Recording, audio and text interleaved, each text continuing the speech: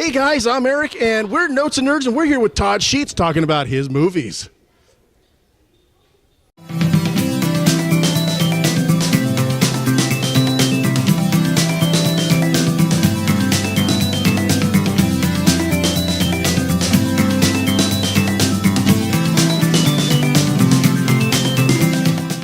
All right, so Todd, I got to be an extra in one of your movies today, which was Zombie Rampage 2, correct? 2, yeah. All right, tell us a little backstory on Zombie Rampage, please. Well, Zombie Rampage was my first movie. This was in 1989. And this is Zombie Rampage 2, which was about 91. I had a crew of some really amazing people. We'd been working on a lot of stuff. And I produced it and wrote it, but they directed. Just much like this movie, which is a continuation. What happened was it never got finished. Ooh. So we found the footage for Zombie Rampage 2, and my distributor, Wild Eye Releasing in Jersey, said, "You need to finish this." And I said, "It's a little long time later here, guy. I mean, but he's like, "We'll figure it out." So we figured it out, and I kind of wanted to do the same thing. I'm producing. I wrote some of the script, but really, Alexander Brotherton, Amanda Payton, Johnny Reed, they're directing. And they also wrote part of the script. So it's kind of a big family affair. And it's basically trying to get that movie finished from 1991, which is pretty crazy. Shooting it with the old school equipment. Trying to make everything as authentic as possible. Basically. Yeah, because you had to, and what we shot with back then is nothing like what's out today. Yeah, I mean, you could get the same effect using this kind of camera that I'm using as an example, but you have to use a lot of post-editing stuff. Well, this is like so much nicer than what we had, you know? I mean, we used to shoot high 8, Super VHS, whatever. I used to have the VHS camcorder back when I was in high school, and those things were so grainy, especially if you reuse the tape. Oh, God, forget it. So, right? yeah, and so, I mean, it's really awesome you guys are going for that vintage feel, that 80s, 90s vibe. So, I mean, it's... the old VHS days. I mean, that's what kind of got us in the door, really, you know, back then. And so this is kind of, we have to match that old footage. There's really no other way to do it, exactly. really. And it wouldn't feel right, especially, like you said, you're matching the original footage from 1991. Is it like some characters and actors, or is it just like new people kind of stepping in? It's kind of new people stepping in, but the old stuff is a flashback. Oh, perfect. But we still want it all to match as closely as possible. Of course. And so, you know, we did the best we could, so it's pretty exciting. Now, this was the last day of shooting, correct? We got some pickup shot days, but yeah, mostly. Of course. Just in case something doesn't come out, or stuff that you have planned that just not for this location, stuff like that, right? Right. Okay. And in case you guys are wondering, why am I decked out the way I am, is because I got to be an extra in the film today. Yeah. It was a lot of fun. Lots of blood. I got a couple scenes coming up that's going to be really cool because I'm actually right there. So keep an eye out when it comes out. When is Zombie Rampage 2 coming out? Well, I'm really not sure. I know that it will go to the distributor soon, probably by June. And then it takes them, 4 or 5 months to get what they need done and to solicit it and everything. But it'll be out there, and we'll definitely promote it. You can find us on Facebook, all of us, and we'll get some links for you guys on the Facebook page and the YouTube channel. So just keep an eye on it. You'll see it down below. And I also wanted to mention, we're kind of on a time crunch because we're gearing up for one of our biggest films we've ever done. When we did House of Forbidden Secrets, which was my comeback after a heart attack. Oh. I almost died. And I had quadruple bypass surgery. And then I had some complications with that, so I had a second surgery. And I almost died. I flatlined. I was in the hospital 31 days. I came out of that. We did House of Forbidden Secrets. It was a great comeback film. We had Diane Thorne, Ilsa herself, Ilsa the Wicked Warden, brought her in. Lou Temple from The Walking Dead brought him in. Nice. Of course, he also worked with Rob Zombie a lot and did all that stuff, Devil's Rejects and everything. Lou's amazing. He and I bonded over stuff, and he came in. Alan Kaiser from Night of the Creeps, he played the Bradster. He was in it. Troll 2, if you're a fan. George Hardy. We had the dad from Troll 2, who's one of the nicest, coolest guys in the world. He was in it. Ari Lehman, the first Jason, was in it. God, we had so many cool people in this movie. There's some pedigree going on. Yeah, it was a good movie. And also the soundtrack's the big thing. It was my homage to Italian horror films from Lucio Fulci and stuff that I grew up loving. And so I went to talk to the guy who actually did the music for Fulci, Fabio Frizzi. And I said, I just really would love for you to do a theme song. He said, send me the stuff, send me the script, send me... For the same amount of money, he said, I'll do the whole movie. He loved the script. He loved what he saw. He jumped in. He started doing the movie.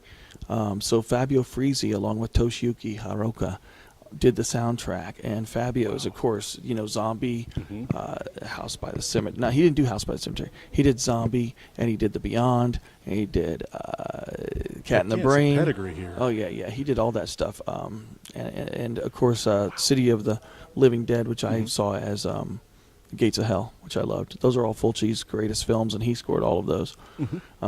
And the music for House by the Cemetery sounds a lot like his, but it's not his. Okay. But it's good stuff. So Fulci was like a major influence on me. So then after that, we did Dreaming Purple Neon, which was my return to full-out gore bath, like unbelievable. And that one got finished and premiered at Halloween, and it's now out around the country. And it's touring for film festivals and conventions. It's doing really well. Our friend Dylin, which we've had on this episode prior, she's in that, and she's great, an amazing actress. She's fun. She's talented. She's done a lot of stuff around this area. And it's just really fun to be able to work with her.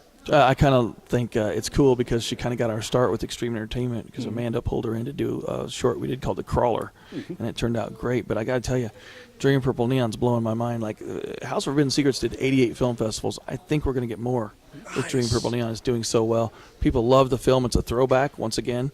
And it's kind of grindhousey and fun and bloody. The bloodiest thing I've ever done, which is a lot. Yeah, and the grindhouse scene is coming back. I mean, Hollywood is putting out grindhouse which is kind of scary. Movies. Yeah, it's kind of frightening. And it's cool because that is a style of film that it's lost. And, you're capturing it not because you're trying, because you know what you're doing with it.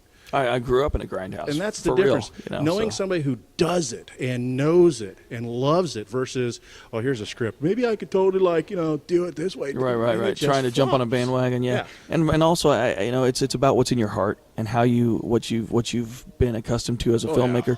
Yeah. And to me, like with House of Forbidden Secrets and with this one, it's like I want to show people what we can do, but I also want to stay true to the drive-in movie theater aesthetic, the grindhouse aesthetic. And with Bonehill Road, our next one, oh my God, biggest movie we've ever done, werewolf movie. Yes. Old school practical effects, doing transformations like the old days. Ooh. No CGI at all. We're talking like Werewolf of Werewolf in London. Yeah, thank you. I'm tongue-tying myself. A little bit of that. The Howling is a big influence. The original Howling, which I love. Not all the sequels, but the original. The original is the best, obviously. A couple of the sequels are okay. But I could get through them, but man, some of them. I'm not going to have kangaroo werewolves with a pouch. It's just. This interview's over. It's not going to happen. I've seen them all. But the Howling is a major influence, and you'll see it in the film. We've got shops all over the world doing werewolves for this thing, and we have an IndieGoGo, and I want to make sure people can check that out. So we'll get that link down below as well, guys. Because that IndieGoGo is important. If you love old school monsters and you love, because the IndieGoGo itself has ended and it's done really well, but we're still open. They wrote me a letter and said, you guys did so well, we'd like to offer you this in-demand service, which means we can keep the campaign going up until we start filming, so people can still help. And we need it because we need more monsters, more werewolves. Guess who's in it? Who's in it? Linnea Quigley, my good friends, Hollywood Chainsaw Hookers, Return of the Living Dead, Sorority Babes, and the Slimeball Bolorama, the Creepazoids. The name rung a bell in the back of my head, but some of the low budget B flicks. I mean, and I hate to call them that because. But, of course, it's with a loving heart when you call them low-budget B-flicks because, well, we know they are, but they're fun. Guys, real quick, all the noise you hear in the background is the cleanup of the film because we just finished like maybe half an hour ago. People are getting ready to do some final shots here in a second. Yeah, so we're going to have to cut this interview here in a minute. Yeah. But the movie, you're going to start production on that film when again? Pretty quick. It's coming up in June. We're going to shoot through July and into August. And then I'm going to hope to have it ready for Halloween, which is insane. But I'm going to start editing while we're filming. So that's always tough. So we'll get all the links for all the content that this gentleman is putting out, along with information regarding his upcoming films. So, guys, remember, check all that stuff. And also help us out, guys, because, we got a lot of things going on and participating with all this great stuff, including our own Comic-Con coming up in 2018 in July. And we're going to be there, I'm sure. You're going to be there, of course, because we got to have awesome guests. We're ready. And I got to say, before we go, I want to give total props to the crew and the cast of everything we've been doing here with Extreme Entertainment. We're in the Midwest. We go back and forth to L.A. Of course, you have to. So we've got offices in both, but we do a lot of the main filming here in the Midwest. And these guys are incredible. The talent involved, it just blows my mind. I want to give a major kudos to Alex, Amanda, and Johnny for this, and for everybody you see back here and all the hard work that goes into it. You know, everything that these guys are doing. Without them, there would be no Extreme Entertainment. It's a passion. It's a family. I run this business like a family, and I believe in all these people. And you can't do it any other way in this day and age, you know? Oh, yeah, and just watching the way everybody acts, everybody's having fun. Everybody had a blast today, so you can definitely feel that going on with it. So, guys, stay tuned for more great content, and, hey, keep an eye out for this film, Zombie Rampage 2. I'm in it! Later, guys.